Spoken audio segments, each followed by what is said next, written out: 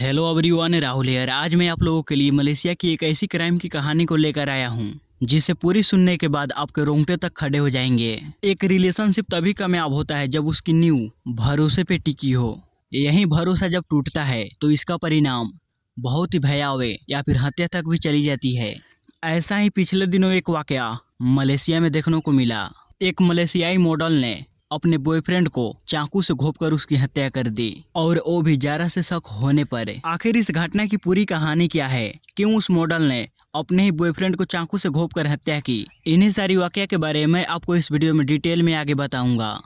सुबह के 10 बज रहे थे, तभी मलेशिया के पास कुआलालंगा डिस्ट्रिक्ट पुलिस के पास साइबर जाया हॉस्पिटल से एक इमरजेंसी कॉल आती है। ये कॉल हॉस्पिटल के इमरजेंसी डिपार्टमेंट के स्टाफ ने की थी। पुलिस के पास कॉल करने वाला स्टाफ बताता है कि सुबह के 7 बजे एक युवक को एक लड़की हॉस्पिटल में लेकर आई थी। उस लड़के की हालत काफी ज्यादा खराब थी। उसके हाथ और जांघ से बहुत ही भारी मात्रा में खून बह रहा था। डॉक्टर के मुताबिक उसकी हालत काफी ज्यादा गंभीर थी। उसकी हालत को देखकर उसे बचाने के लिए हर कोशिश प्रयास की जाती है। करीबन 30 मिनट तक उसे सीपीआर देकर बचाने की पूरी कोशिश की जाती है, मगर सभी कोशिशें नाकाम हो जाती है और 7:25 पे उस लड़के को मृत घोषित कर दिया जाता है। अब ये जानकारी मिलते ही पुलिस वाले सीधा हॉस्पिटल पहुंचते हैं और उस डेथ बॉडी को पोस्टमार्टम के लिए भेज देते हैं। इसके बाद पुलिस उस लड़के की पहचान में लग जाते हैं कि आखिर ये लड़का कौन है और इसके साथ ऐसा कैसे हुआ। शुरुआती जांच में ही पुलिस को मालूम पड़ जाती है कि इस लड़के का नाम गौसिकन दिनेश्वर है। पुलिस द्वारा जुटाई गई जानकारी के मुताबिक गौसिकन पेशे से फोटोग्राफर था। एक फोटोग्राफर से किसकी दुश्मनी हो सकती है और कौन इसे इतनी बेरहमी से मार सकता है, इसका पता लगाने के लिए पुलिस सबसे पहले गौसिकन के रिश्तेदारों और उसको दोस्तों से पूछताछ करती है। इस पूछताछ में पुलिस के सामने तामी आनंदा नाम की एक पार्ट टाइम मॉडल की नाम आती है। कुछ सोर्स के मुताबिक तामी आनंदन भारतीय हैं। हालांकि मलेशिया न्यूज एजेंसी के मुताबिक तामी आनंदा और गौसिकन दोनों मलेशिया के ही हैं। अब इतनी सारी जानकारी मिलने के बाद कुछ दोस्तों से मालूम पड़ता है कि तामी आनंदा एक पार्ट टाइम मॉडल है। तामी आनंदा ने डॉक्टरी की पढ़ाई की, मगर वहाँ एक डॉक्टर बनने की जगह मॉडल वाले प्रोफेशन को चूज की। दूसरी तरफ गौसिकन फोटोग्राफर के तौर पे काम किया करता था। हुए खुलासे के मुताबिक करीबन 3 साल पहले गौसिकन एक इवेंट में फोटोग्राफर के तौर पे जाता है। यहीं पे गौसिकन की पहली बार तामी आनंदा मॉडल से मुलाकात होती है।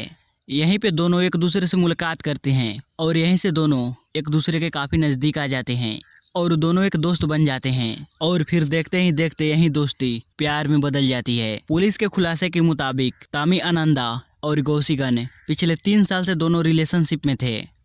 दोस्तों के मुताबिक तामी आनंदा और गौसिकन की रिलेशनशिप काफ़ी अच्छी चल रही थी। तो अब यहाँ पे सवाल उठता है कि गौसिकन और तामी आनंदा की रिश्ता इतनी अच्छी चल रही थी तो आखिर अचानक से ऐसा क्या हुआ कि गौसिकन की मौत हो गई। अब इस सवाल का जवाब कोई दे सकता था तो एक ही शख्स थी, तामी आनंदा। इसलिए अब पुलिस वाले तामी आनंदा के पीछे पड़ जाते हैं। पुलिस की एक टीम जब तामी आनंदा के घर जाती है तो मालूम पड़ता है कि वहाँ घर पे नहीं है। इधर पुलिस भी अपनी जांच में पूरी तरह से लगी हुई थी। उधर तामी आनंदा के इंस्टाग्राम अकाउंट पे कुछ ऐसे वीडियोज फोटोज को अपलोड किया जाता है जिसे देखकर हर किसी के पैरों तले जमीन निकल जाती है। वो वीडियो फोटोज किसी और का नहीं, गौसिकन का था। उस वीडियो में साफ दिखाई दे रहा था गौसिकन के साथ तामी आनंदा है और गौसिकन के जांघ और हाथ से खून बह रहा है। वहीं तामी आनंदा भी परेशान दिख रही है। कमरे में एक दूसरा लड़का भी है जिसके हाथ में एक फोन है और वो इन सारी वाकया की वीडियो की रिकॉर्डिंग कर रहा है। वीडियो देखने पे सारी वाकया समझ नहीं आती, इसलिए पुलिस वाले तामी आनंदा की तलाश काफी तेजी से बढ़ा देती है। अस्पताल वालों ने जानकारी दी थी कि इस लड़के को कोई एक लड़की लेकर आई थी, इसलिए पुलिस वाले अनुमान लगाते हैं कि इस लड़के को हॉस्पिटल तक लाने वाली कोई और नहीं, तामी आनंदा ही होगी। और अगर सच में तामी आनंदा ही इस लड़के को हॉस्पिटल लेकर आई थी तो वहाँ ज़्यादा दूर तक नहीं भागी होगी, वह हॉस्पिटल के आसपास के इलाकों में ही होगी। अब इसी अनुमान के मुताबिक पुलिस की हर एक टीम हॉस्पिटल के आसपास तामी आनंदा की खोज में लग जाती है। पुलिस की ये तरकीब काम आती है और 4 घंटे तक कड़ी मेहनत करने के बाद तामी आनंदा पुलिस के हाथ लग जाती है। पुलिस तामी आनंदा को गिरफ्तार कर लेती है। पुलिस के द्वारा दी गई जानकारी के मुताबिक तामी आनंदा को जब पुलिस ने अरेस्ट किया तो वह खुद को बेगुनाह बोल रही थी। जब पुलिस वाले तामी आनंदा से कड़ी सख्ती के साथ पूछताछ करते हैं तो वह स्वीकार करती हैं कि हाँ, मैंने ही गौसिकन के हाथ और जांघ में जख्म दिए थे जब पुलिस वाले उसे पूछते हैं कि आखिर तुमने गौसिकन के साथ ऐसा क्या हुआ जो उसकी हालत ऐसी करनी पड़ी, जिसके जवाब में तामी आनंदा ऐसे जवाब देते हैं जिसे सुनकर आपके होश उड़ जाएंगे। तामी आनंदा द्वारा दी गई बयान के मुताबिक इन दोनों का रिश्ता तो काफी अच्छा चल रहा था, लेकिन पिछले दिनों से तामी आनंदा को लगने लगा कि गौसिकन मुझे समय नहीं दे रहा है। इसके अलावा तामी आनंदा को शक होने लगता है कि गौसिकन किसी दूसरी लड़की के साथ रिलेशन में है।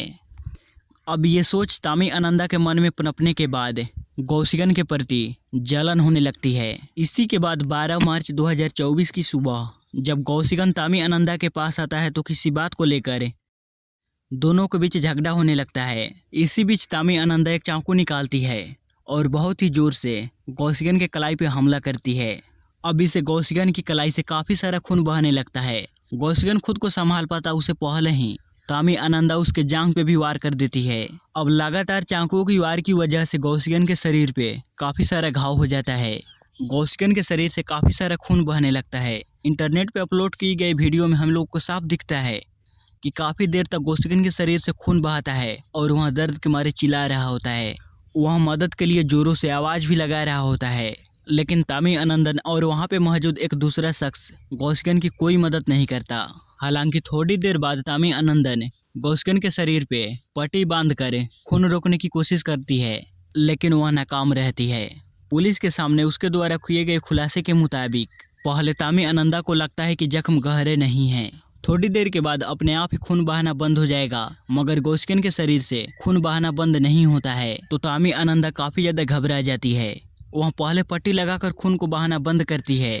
इसी दौरान गौसिकन की स्थिति बिगड़ने लगती है तो वहाँ गौसिकन को लेकर पासी के हॉस्पिटल में जाती है। अब गौसिकन की हालत काफ़ी ज़्यादा बिगड़ गई थी तो पासी के हॉस्पिटल वाले गौसिकन को एडमिट करने से मना कर देते हैं। इसी के बाद तामी आनंदा उसे लेकर साइबर जया हॉस्पिटल आती है। यह हॉस्पिटल इन दोनों के लोकेशन से काफ़ी ज़्यादा दूर था, इसलिए यहाँ आते आते काफ़ी देर हो जाती है। इसी बीच गौसिकन की हालत भी काफ़ी ज़्यादा खराब हो जाती है।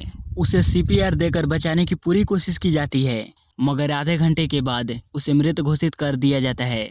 इसी दौरान तामी आनंदा मौका पाकर यहाँ से भाग निकलती है। अब खुलासे के बाद तामी आनंदा को गिरफ्तार कर लिया जाता है। पुलिस के द्वारा दी गई जानकारी के मुताबिक तामी आनंदा पे हत्या के धाराओं के तहत मुकदमा दर्ज किया जाता है और इस मामले में आगे भी जाँच की जा रही है।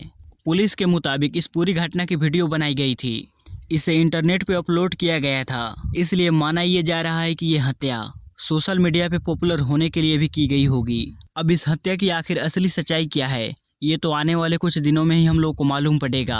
आप लोगों को जानकारी के लिए बता दें, गौसिकन की बड़े भाई की मृत्यु यहीं 8 महीने पहले हुई थी। गाइज, आप लोगों के मुताबिक एक मासूम से फोटोग्राफर को इस तरह से हत्या करने वालों को क्या सजा मिलनी चाहिए, कमेंट सेक्शन में जरूर बताइएगा। मिलते हैं अगले वीडियो में।